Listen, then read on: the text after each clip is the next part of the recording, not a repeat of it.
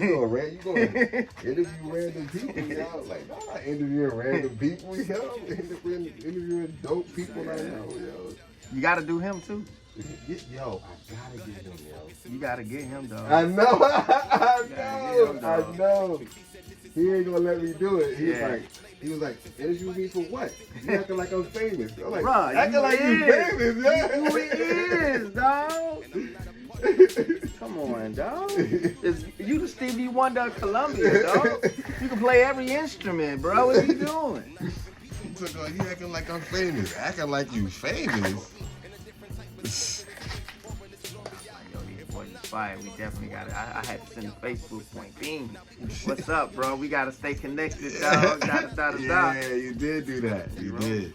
I mean, yo, this is real funny. I remember when, you know, everybody was going strong, Black Lives Matter, right? I remember being in Walmart and hearing two people in front of me arguing, and then, you know, next thing I know, he was like, well, Black Lives Matter. And I was like, you right, Black Lives Matter. And then the dude gonna look at me and say, that's not your fight, bro.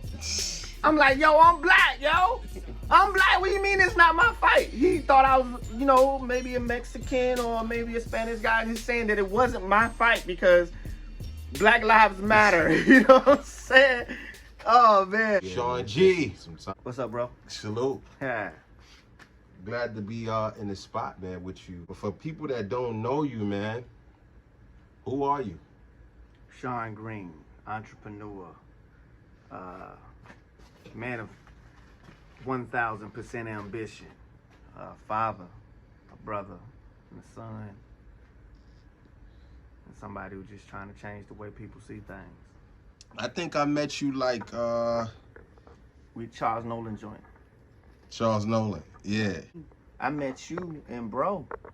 Yeah. I came late because that's what I do. Yeah.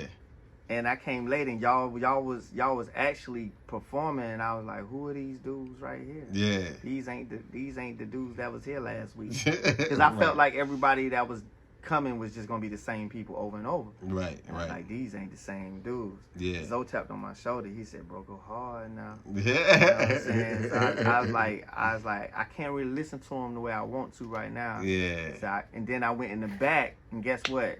You and wifey was selling T-shirts. Right. I sold some love. Dang, let me get one of them. Right. Let me get one of them. Yeah, you did do that. Yeah, straight up, off GP, like, hey. And then I was able to listen to the joint. No doubt.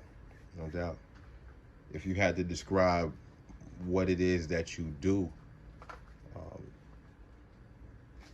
how would you do that? I started a ministry, a street ministry, called Christ Hop. It elevated into many different things. And my sole purpose of those many things that it branched off to do is basically just change people's life, and get them to notice things that they don't necessarily notice that are gifts every day.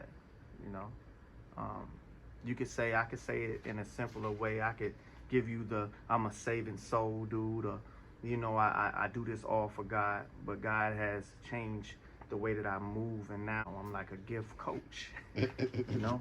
When did you realize that was a gift of yours, that was something that you do well? It's crazy. Every time that I have somebody around me that they are able to show me their gift, I instantly think long term. Yeah. I don't never look at somebody's gift and be like, that's dope for right now. I be like, you know what you can do with that? Instantly. It's an instance. You know what I'm saying? I honestly can look at things and see the value of what it can be in a snap of a finger. You know what I'm saying? Yeah. And I have a gift for being able to see things in a long-term manner quickly. Right. You know? Yeah. So when did you think that happened for you? I tapped into that early. And that gave me the entrepreneur mindset that I got now. You know what I'm saying? And then you put God on top of all of that, and he put the spindle on it and start spinning out gold.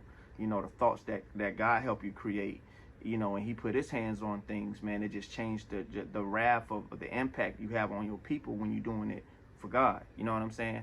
So I took my hustle, my grind, and everything that I had, and I threw God in it and prayed to him for wisdom like Solomon, and he started spinning out businesses that I couldn't even control no more. You know what I'm saying? And people be like, where you find the time? That's the thing, man. God ain't on a timeline. Yeah. You see what I'm saying? So when you dealing with God and you saying how much time you got in the day to do this, I'm not operating on y'all time. Yeah. I'm operating on my God's time. You know what I'm saying? So it may seem like, how you doing 4 or 5 businesses? Well, I'm not. God is. I can't even tell you how they operating. I can't tell you that the numbers add up. I can't tell you I got enough money to invest in the business, but God's saying move, so I'm moving. Yeah. You know what I'm saying? And the train get longer and longer and longer and longer, and I don't even realize it until I look back and be like, darn, I did that? Dang, I did that. Yeah. Dang, I did that. Or when I'm in the store and I give somebody a business card and they be like, what are you doing? I'm talking for 10 minutes because I do 30 different things, and I be like, darn, I really do all this stuff. Yeah. That's God. You know what I'm saying? There's no way that my mind has the capacity to hold those things together. I don't have the ability to do it, but God do. Yeah. Right. Yeah. And the thing about it is, you know, I talk to a lot of people that be like, bro, I can't be in the same room with you without being inspired to do something myself. You know what I'm saying? And I pray to God that I continue to have that for the rest of my life. That people be like, bro, y'all need to go talk to old man Green. He got the formula. You know what I'm saying? He done been down a lot of roads. You know what I'm saying? Yeah. You know, he done walked a lot of tracks. You know what I mean? We need to go and talk to him about this business plan. You know what I'm saying? So I want to be that person that's able to spill out for the rest of my life on how to help people improve their life with their gifts. That's my mission now. You know what I'm saying? When I talk to my kids, I'm talking about, what are you good at? What are we tapping into that you want to do, that you love doing, that can make room for you for the rest of your life, you know? And when I meet people, it's hard for me not to ask them these questions. If you could start a business tomorrow, what would you do? I ask that question to almost everybody. If you could start a business tomorrow, what would you do? What would you do with it? How long do you think you would be in business? What do you got to invest in it? What's your budget? It'll blow their head up, because it's like, why you ain't doing what you love? Mm-hmm. You know what I'm saying? You rather wear a badge, clock in, clock out, and have 30K at the end of that and be broke. You know what I'm saying? I'm not doing that. You know what I mean? I'm not going to make those sacrifices for another person to live off of me, when God put everything that he need in my heart, that I need in my heart to survive, off of him. Right. And we're raising our kids to not invest in themselves. We're telling them, go to school, go to college after school, and that's cool. That's all good. Right. But then we telling them to go work for somebody after they put all that time and investing into the knowledge that they need for themselves to build something for themselves. We tell them, after they do all that, go clock in. That don't register to me. Right. You know what I'm saying? Yeah. And you got to be on a certain frequency to tap into that, to say, that ain't what I want for my kids. Look at the Chinese people. Yeah. Look at the Koreans. You go in their stores, you see 11-year-olds running cash registers. You feel what I'm saying? You go to Chinese stores, you see 11-year-olds, 12-year-olds running the cash registers, making the food, whatever.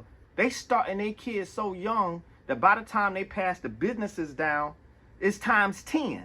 Yeah. It's like passing the baton of knowledge. I think if anybody is watching this right now, they need to hear this perspective, because it's critically important to our community and to black people. Straight up. Yeah, man. If you had to, like, you know, just describe your journey, right, how would you do that? Man, I grew up in a house full of women. So I always had to prove to myself that I was tough enough, because I didn't have men around me. You see what I'm saying? And the men that were around me weren't my father. You see what I'm saying? Weren't people who could impact me to a point to make me move in a certain direction for the better of my life. Right. And so with me doing that, my whole life had me proving to people that I was who I was. You see what I'm saying? And the crazy part about it was, I'm black. I look mixed. I look like other races, but I'm black. You know what I'm saying? So imagine having to prove to people my whole childhood that I'm black. You see what I'm saying?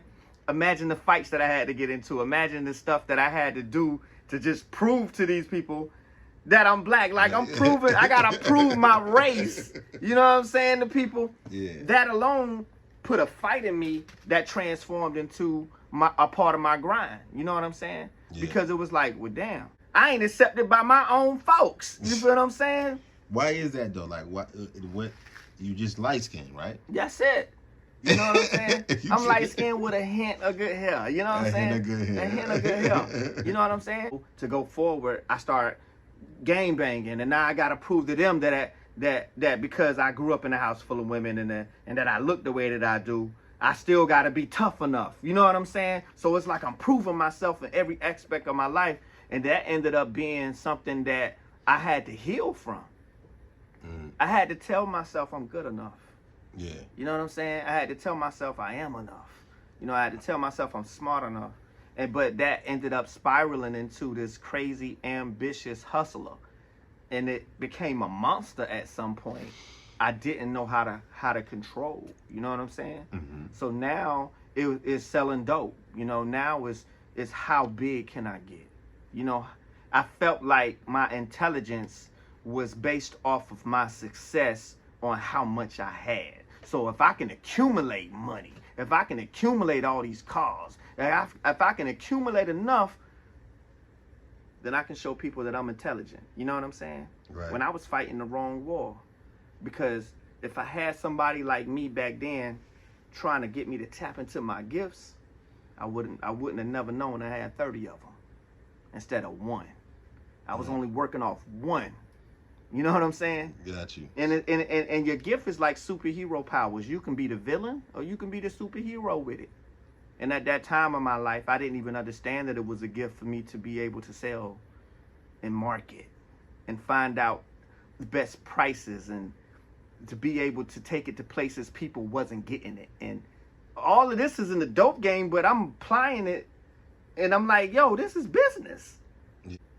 The quickest way to find yourself is in the service of others. That's a principle that you can really apply to your life. What would you say your biggest why is to continue doing what you're doing right now? And I start noticing that God put me in position with every business that he helped me do to meet people, to have conversations about him with.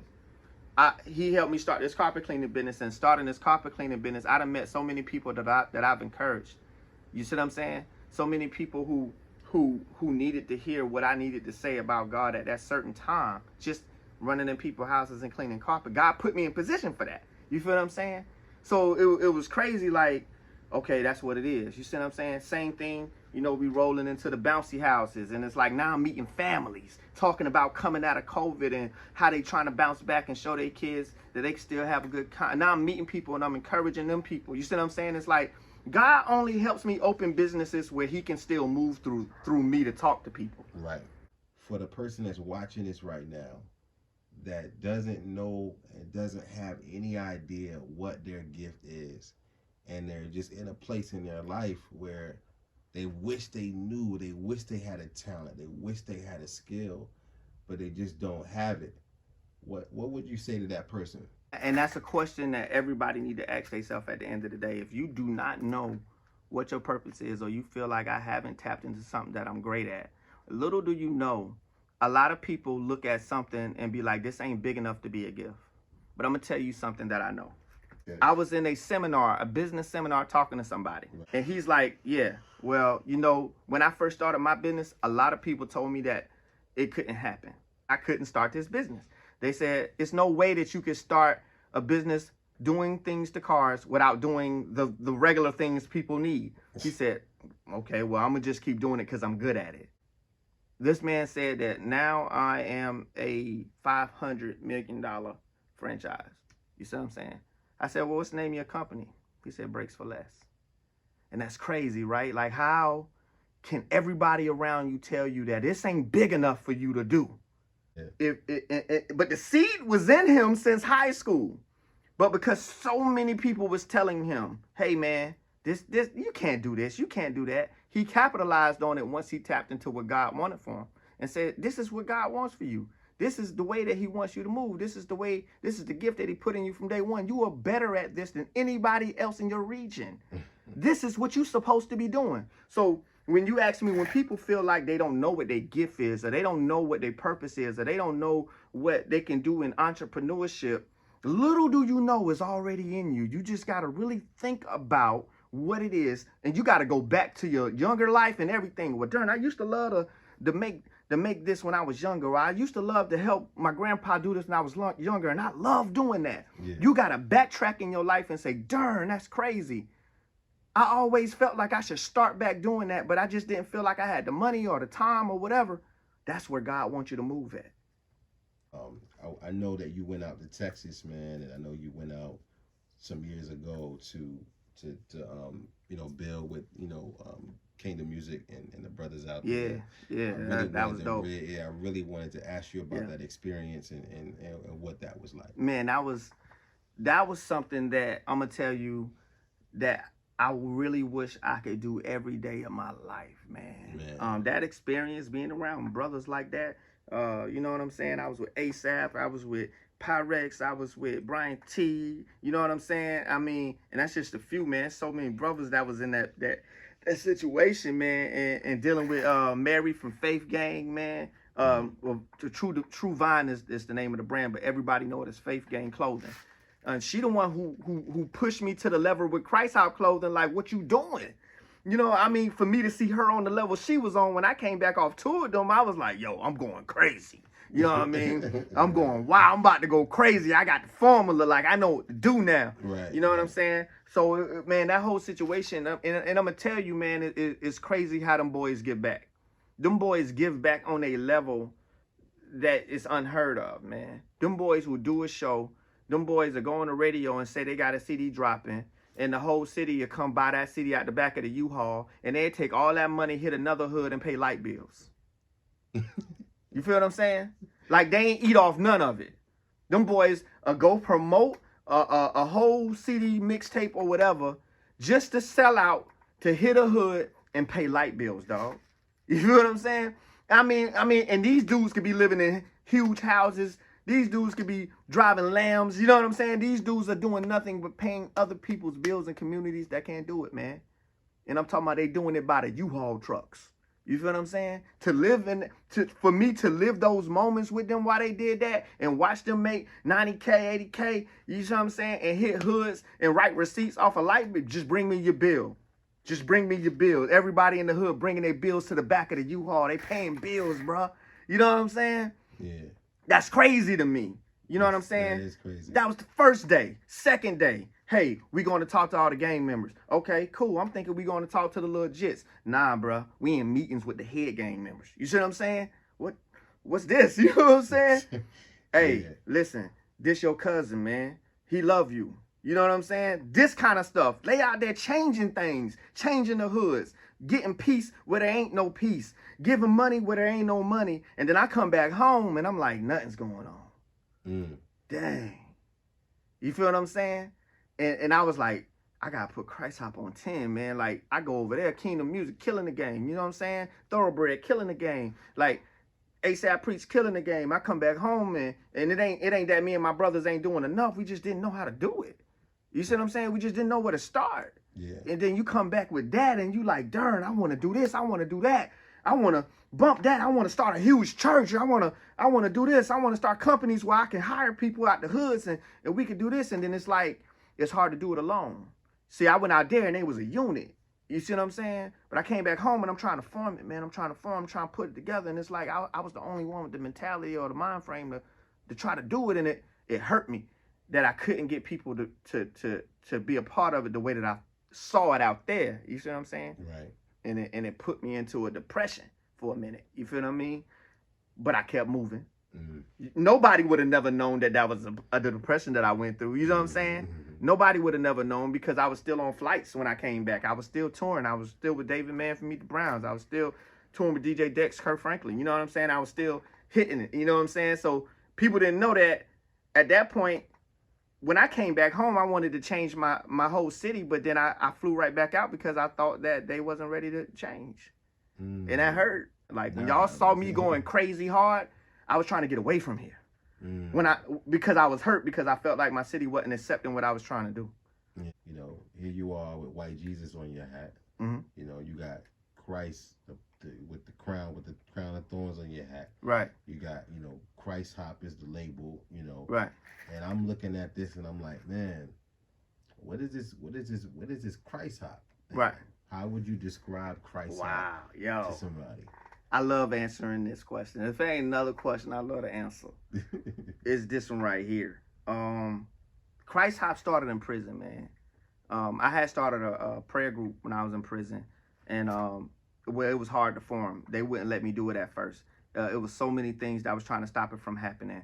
but eventually it started. And then once it started, the chaplain came to me and said, "You can't have this group in the chapel until you name it something, so we can put it on paper and make sure that the warden is going to approve it."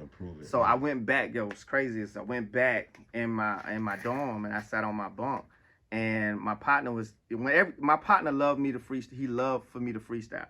So they'd be like, they call it radioing. They'd be like, "Yo, Shawn, hit that radio." And that's the way we do it. Everybody just start busting flows. You know what I'm saying? Somebody beating, somebody making it sound, literally we in there just getting it. You know what I'm saying? Sweating, crying. We talking about life. We talking about struggle. We talking about all that. Everybody radioing. It's like, "Shawn, I came back from the chapel. Hit the radio, bro. I'm going through something." He just got finished reading the letter. Yeah. So I started hitting it. Bing. I was going through it too. I started rapping about God, I need you to get me out of here, take down the walls, do it like Jericho. You know what I'm saying? I was just spitting and spitting. Yeah. And as soon as I got finished spitting, he was like, "Bro, that ain't hip hop. That's Christ hop." That was the first time I ever heard it. How much time did you end up doing? 5 years, man. 4 years, 8 months. Man. Yeah. Talk about prison. It's gonna either make you better or it's gonna make you worse. You know what I'm saying? Yeah. It depends on how you let it move you while you're in there. Yeah. And a lot of people who go to prison don't have the mentality they had when they went in there, because either they fell or they rose. You know what I'm saying? I was grateful to be one of those people who rose. You know what I'm saying?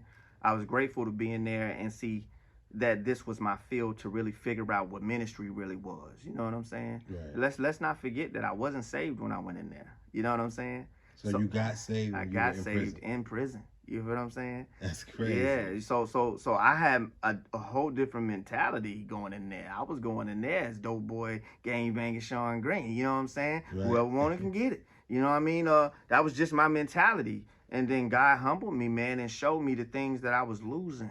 You got to understand how prison works, man. Prison works off of power and respect. And that's just the way every wall talks in there. You know what I'm saying? So you got to determine which one you're going after, and you got to determine if you're even able to receive it. Are you even a person who can receive power and respect in here? You got to have a mentality to say that this is what I got to do to get it, and this is what I got to do to keep it. Yeah. You know what I'm saying? It's a way to do that in a bad way, and it's a way to do that in a good way. Right. You know what I'm saying? This is the advice that you would give to somebody who's about to go into prison. What would you say? What would you say to that person that's not, that's right for numbers right now? If anybody who hasn't been through the lifestyle of going to prison or getting locked up, and this is your first time going to prison, I'm gonna tell you one thing you need to do. The first time you enter prison, they're gonna ask you to join the city that you're from. So whatever city that you're from, if you got locked up out of Columbia, they're gonna say, "Where you from?" And not necessarily like where you was born, but what area did you come from? To come into prison. And then that group is going to say that he's with us. The best thing you could do is never join anybody. Now, that's going to put you in an area where you're not going to be protected by anybody, but that's also going to put you in an area where you got to earn your respect and you keep it. They don't want to deal with a person who's willing to fight you back every day. You feel what I'm saying? Right. They want somebody they can control. Right. So if you're willing to fight back and they see that you ain't going to never stop fighting back, right, after the first, second time, they're going to be like, "Let him live, man. Yeah. I'm tired of fighting that dude. He's just going to keep fighting us." Right.